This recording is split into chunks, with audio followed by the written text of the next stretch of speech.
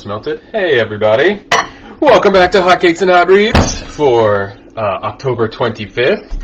I am melting butter right now, so forgive me. I am Adam Gilbert Cole. I am the Adult Services Librarian. I have to read my title off of a page today.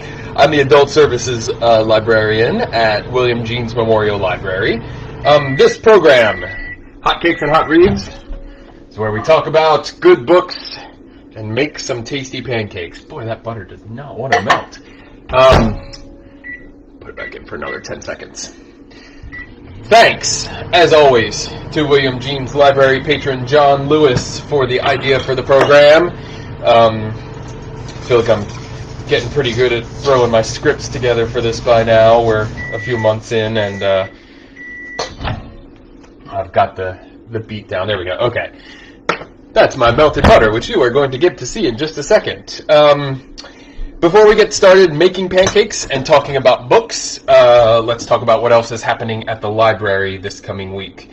We have lots of story times going on at the library right now. You can check our Facebook page or our website, jeaneslibrary.org. Story times for kids, I mean.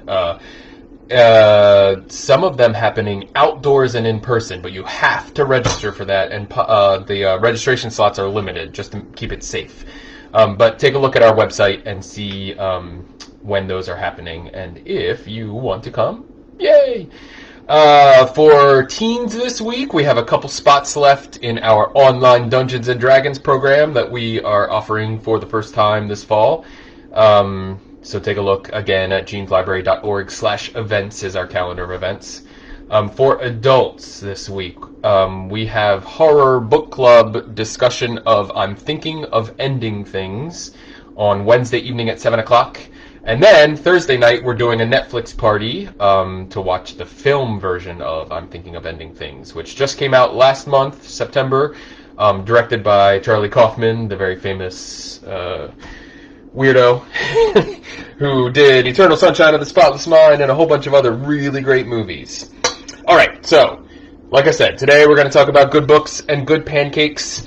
Some of these books, most of these books, boy, maybe all of these books again, all of the books are available in our catalog as a hard copy. So you can go to jeaneslibrary.org, click on the search button in the top right corner, or go into your library account in the same spot on the webpage, and then it'll take you to our catalog where you can do a search for any of the books and place holds on them to get sent.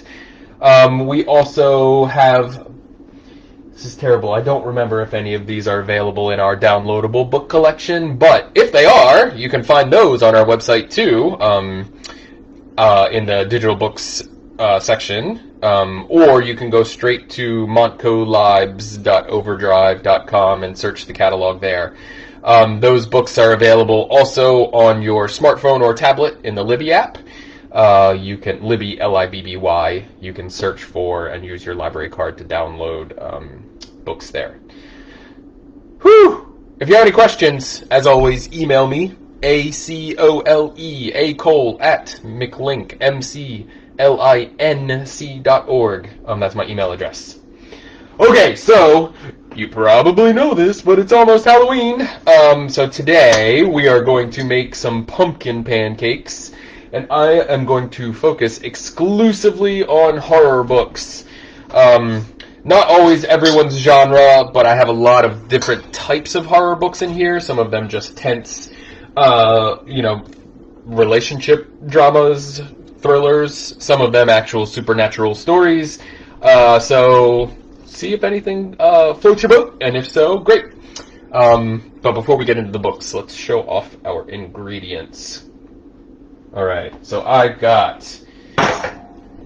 2 cups of all-purpose flour. I've got I'm hoping right now that I did not get too much of this stuff. A quarter cup of white sugar. A quarter cup of brown sugar.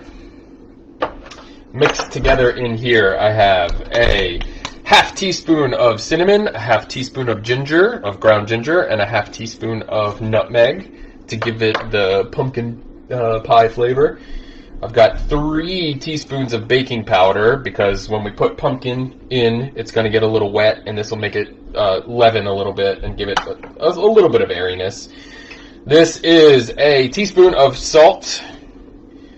This is a teaspoon of vanilla extract. I've got a 1.5 cups of milk, whole milk in this case. I've got 4 tablespoons of melted butter. And 2 eggs hiding over here, which I don't want to forget. Oh, and the key ingredient, everyone, is a cup of pumpkin puree. In this case, it's just out of a can, which is probably why it looks so orange. You could probably, like, roast and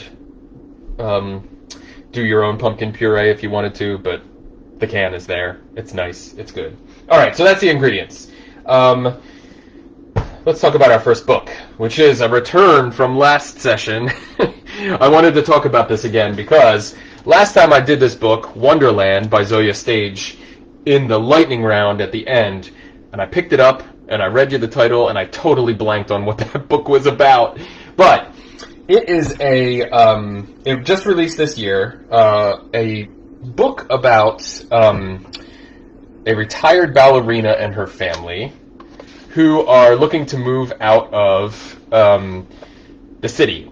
Orla is the ballerina's name. They're looking to move out of New York City, and so because she's retired, she's been the family's breadwinner, and her husband is a sort of painter who's put off his aspirations for a long time to support her, and so they're looking for a cheaper place to live. They're touring all around. They get shown in upstate New York this really dilapidated property that would require tons of fixer-upper work, elbow grease put into it.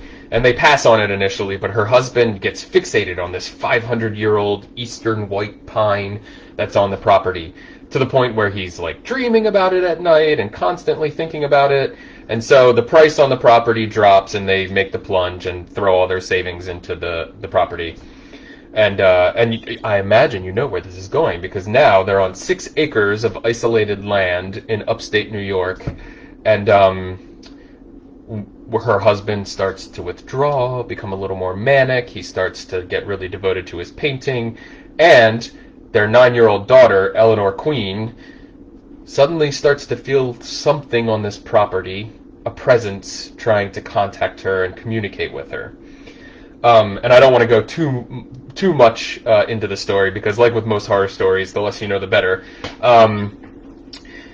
All these books that I'm going to talk about today, one of the things that I like about reading horror books and watching horror movies is that they always are, like, the best of these stories are rooted in some kind of reality, like theme that you can find in other types of art, but a horror story brings a fresh perspective. So in this case, the theme that really rises out of this one is a parent's concern, sort of fear when their child starts to become an independent person. We've got Orla, the former ballerina, and Eleanor Queen, her 9-year-old daughter, experiencing sort of diverging life path. And then also we've got, the anxiety over a parent's wants and desires, her husband's art making, painting, sort of impacting in a very negative way the lives of their children. It's a great thriller. There's, like, weird attempts to escape the property that get thwarted, and I don't want to get too far into it. But, again, Wonderland by Zoya Stage. Thank you for indulging me as I bring it back, because I felt like I didn't do it justice last time. Alright, so I'm going to mix together my dry ingredients now. So I've got those 2 cups of all-purpose flour, my baking powder, the spices, the salt, ooh, that's sticking to the bottom there, the sugars, and then I'm going to mix them together with my whisk. Try to get that brown sugar broken down into this mix as best I can. And then after that, I will mix together the wet ingredients in my Pyrex. So I've got my vanilla, my milk, my butter, and those eggs. I do not want to forget those eggs. The eggs. Okay, so our next book, I will hold it up in just a minute, but the cover is sort of plain, so it doesn't really matter too much. The next book is a classic of horror literature, and had kind of languished in unpublished status, or out-of-print status for a while. But it is a collection of stories, novellas, and some interconnected stories that were published as a novel. It's called The Great God Pan and Other Stories by Arthur Machen, which is the pen name of a man named Arthur Llewellyn Jones, a Welsh man who wrote in excuse me, who wrote in the late 1800s, early 1900s, had sort of a relationship, like a literary relationship to the decadents, Oscar Wilde and other folks, but whose output mainly was in sort of the weird and surreal, and in the case of a lot of these stories, the horrific. So the title story, The Great God Pan, is cited by a lot of famous horror writers, Stephen King notably, as a perfect horror story about a medical experiment that is performed to open someone's senses up to the otherworldly, and then what happens from that, sort of the familial history that gets passed down, and there's lots of murders and some really horrific things. It is talked about as kind of an early example of like a little bit of misogyny in horror literature, which is, I think, a common thing that we see through, I mean, I would say even through like the 70s and the 80s. I mean, whatever, it still exists now, but hopefully it's getting better. But creepy, it's one of those things that is written in a style that we don't get in our everyday literature now, and so going back and reading something that is set so long ago, but still manages to be terrifying and just unsettling, is a really wonderful experience. And I think it's worth visiting just because, like I said, so many horror authors cite his writing, this story, and a lot of his other stuff as an influence. One of the stories, and I'm gonna forget which one it is now, if I can remember. The White People. The White People is about a sort of innocent girl's induction into a witch cult, and it is particularly terrifying. So that's that collection. The Great God Pan and Other Horror Stories by Arthur Machen. I may be mispronouncing it because it's Welsh. So there. I'm gonna mix my wet ingredients into the dry ingredients and add the pumpkin. And then I'm gonna stir it together. I'm gonna turn on the griddle because we're already to a point where we're gonna be making pancakes. This is a fairly uncomplicated recipe, which I appreciate. And it looks like it's gonna make a lot of pancakes, and my kiddos are gonna be eating pumpkin pancakes all week long. Alright, so that is the first two books. As I mix here, let's talk about the next one, which is Ghost Story by Peter Straub. Another very influential story, this one published in, I believe, 1971, so influential to a later generation of writers. But the book that launched this author's career, Peter Straub,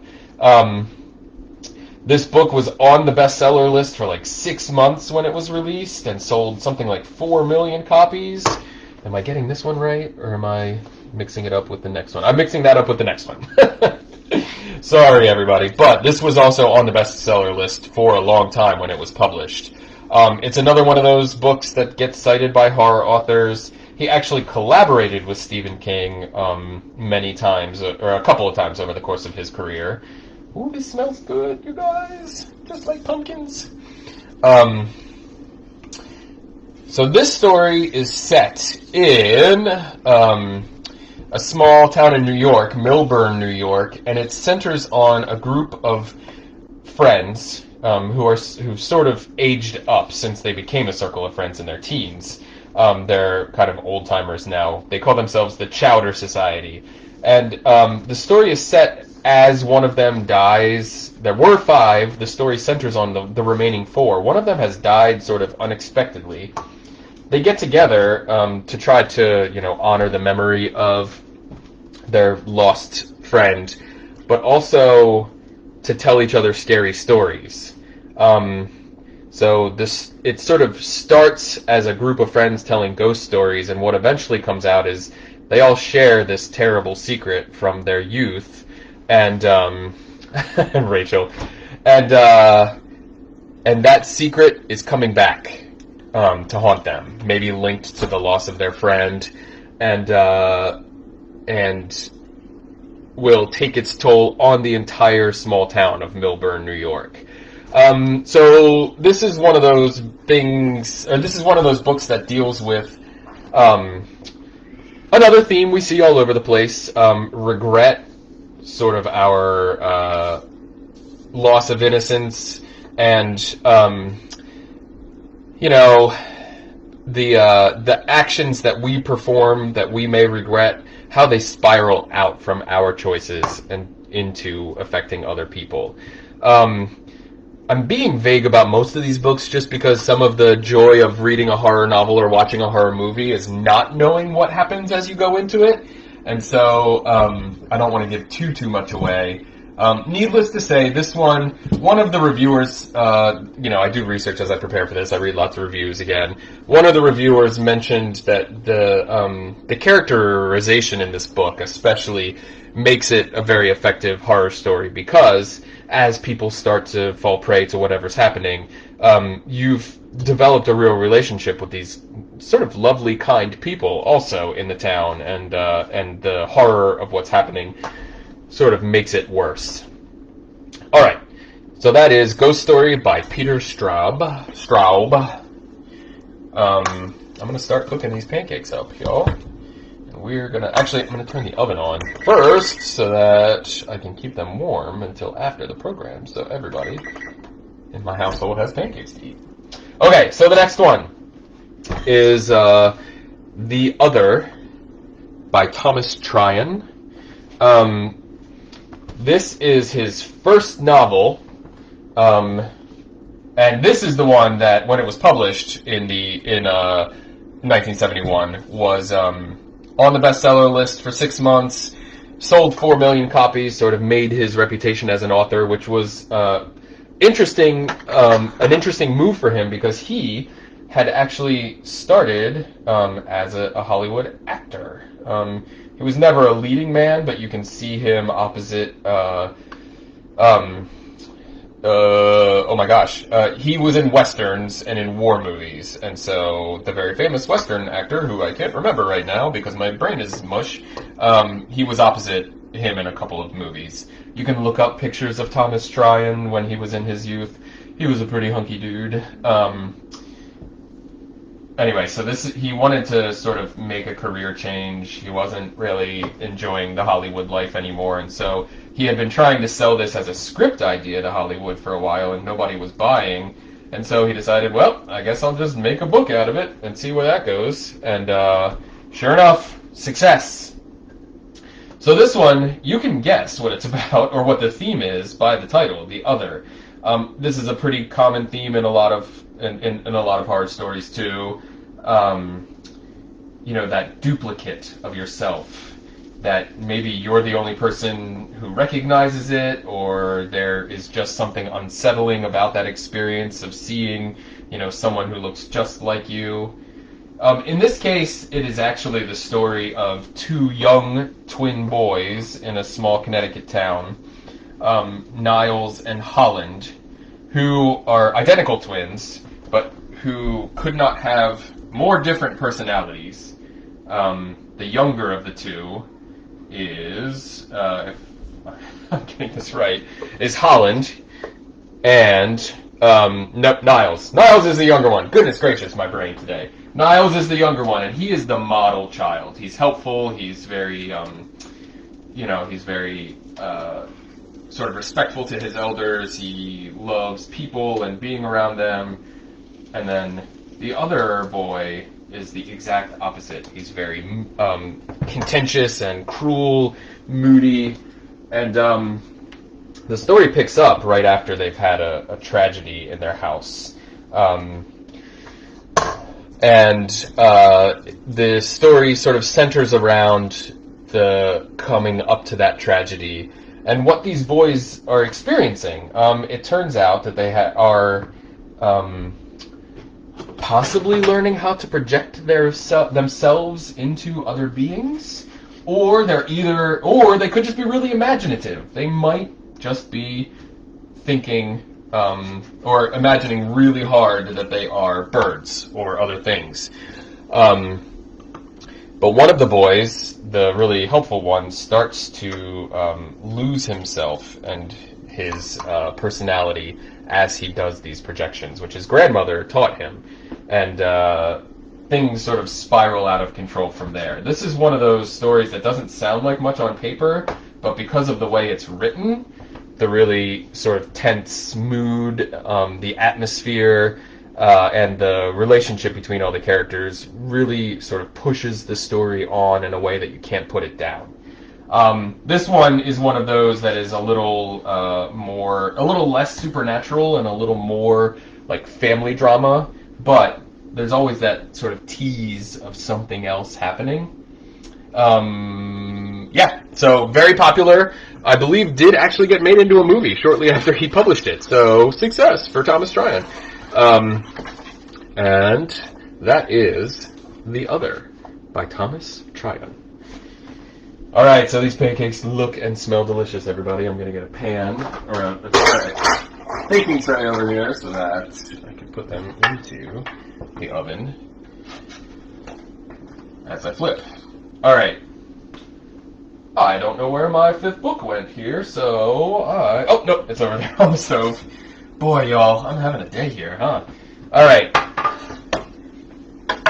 I realize I didn't pull any vampire novels, which is sort of a failing if I'm going to talk about horror, but this is The Wise Friend by Ramsey Campbell. Ramsey Campbell is one of those names that gets tossed around as a master of the horror genre. This is one of those stories that shows why. That's my oven coming up to temperature. The Wise Friend centers on a man named Patrick, who is a divorced professor of English in Britain, and the story of his aunt, actually. He had an aunt who was a sort of celebrated and famous surrealist painter. The story begins just as she has died, and so he is died unexpectedly, and so he is sort of investigating, why that happened. He's involved his teenage son in that process too. The story flips back and forth between the present time, where he is doing this investigation, and the time that he spent with his aunt and uncle, summers when he was much younger. And so they visit he and his son visit an old hillside ruins that was somehow related to his aunt's past. And what they discover there sort of freaks him out, but not his son, who he decides to back off the investigation. His son sort of gets obsessed with it and starts to really devote himself to it. So, in this book, we're sort of investigating that idea of how we ever really truly know another person. He thinks he knows his aunt, and then you can hear my cat in the background, and my son picking up my cat to get him out of the way. Can we ever really know another person? The aunt, who is initially mining her own imagination for her surrealist paintings, starts to seek out other sources and makes a connection with this sort of mysterious man. This man eventually leads to her divorce from Patrick's uncle, and it spins out of control from there. So again, can you ever really know a person? Do you know what's happening inside their brains? What is driving them? What is making them, what's giving them this urge to create, or all that. Anyway, so he's Ramsey Campbell is the recipient of some World Fantasy Awards, a Bram Stoker Award for horror literature. You should check him out. This is, I believe, his most recent book, and lots and lots of great publicity out there for it, so check it out. Alright, so those are the 5 books that I had set up to discuss before Lightning Round today. Let's go to Lightning Round, everybody. I'm going to put my pancakes in the oven.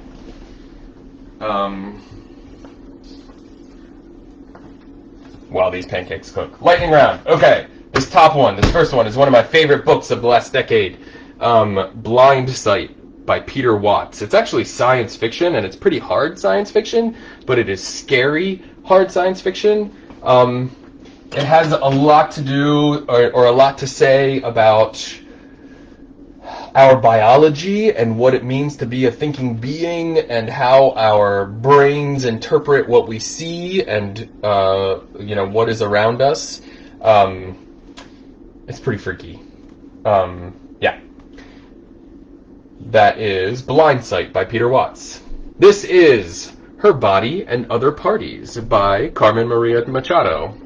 Yeah, I got the name right. Okay. Collection of short stories, which are sort of dark fairy tales mixed with horror, and are really focused on bringing to light the horror that is visited on women and women's bodies, especially in our world.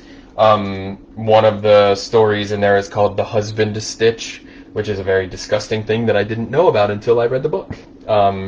You should check that out. Night Film by Marisha Pessl. So, this one is about a journalist who had previously been investigating a reclusive filmmaker who has a sort of weird reputation, and who's failed, who has never been investigated thoroughly. That's how I'm trying to say it, because he's reclusive, and anytime anybody gets too close, something ends up happening in their lives. The filmmaker the journalist also suffers some reputation damage from his initial investigation and has given up, but at the start of the book, the filmmaker's daughter turns up dead, and our journalist dives back into the investigation. This one's pretty cool because it's laced with, like, made-up internet web pages and all kinds of crazy things like that are included in the story to give it a sense of authenticity. Alright, so Robert Marasco's Burnt Offerings. Chronologically, before we had The Haunting at Hill House and stuff like that, we had Burnt Offerings by Robert Marasco, like maybe the first contemporary haunted house book that spurred on all of the surge of haunted house books in the 70s.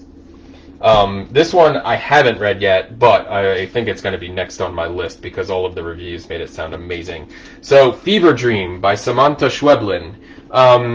It was on the long list for the Man Booker Prize last year. In the book, a woman lies in a hospital bed. She's having a conversation with the boy who is the reason that she's there, and who may or may not actually be there having the conversation with her. The book sort of deals with, my pancakes are cooking, The book deals with souls and the transmigration of souls and memory and whether what we remember is ever truly what happened, and all in a scant, 175 pages. Very tight book. Alright, this one is The Hunger by Alma Katsu.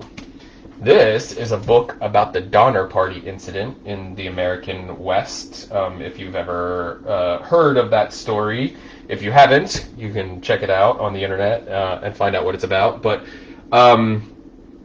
it takes the story of that sort of disastrous trip out west where people were sort of forced to consume each other, and fictionalizes it and looks at what drives people to the frontier, what sorts of things in our past can make that happen, and adds a sort of spooky supernatural element to the story also, which is cool.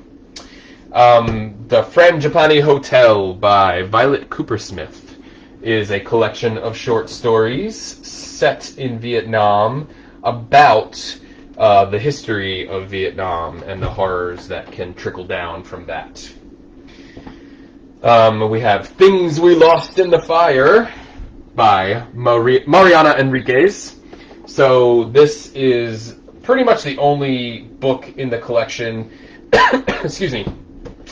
I am not one for the sort of like gory horror stuff. I love horror movies, but I don't watch like Saw or anything like that. The horror stories that I love tend to be the sort of creeping, unsettling stories with supernatural elements to them.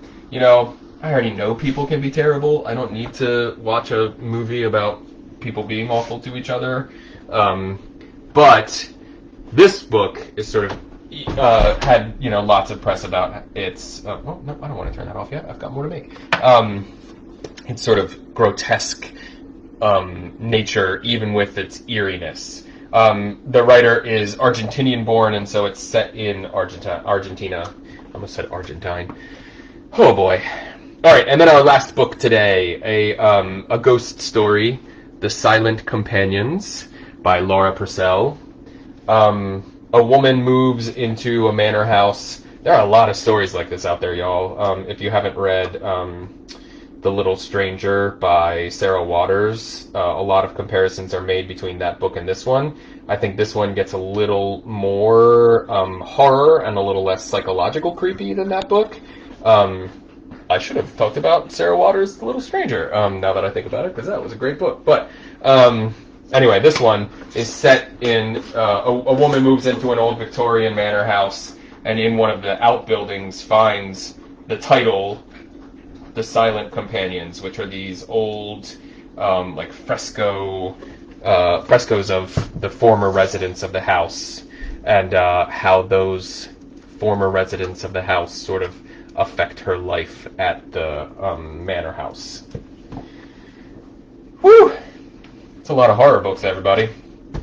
If any of these look good to you, I will have a link published to our catalog entries for each of the books on our website, jeanslibrary.org/events is the calendar of events, and on that calendar there's a link to each of the Hotcakes and Hot Reads events as they happen on the calendar.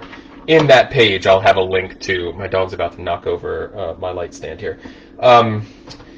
They'll have a link to the catalog so that you can just click that link, go to the catalog, place a request for the books. That is it, everybody. Happy Halloween! I hope it's a good one this year. Dress up even if you're not trick-or-treating. Enjoy the spooky full moon night. And as always, be nice to each other. I love y'all. Be well.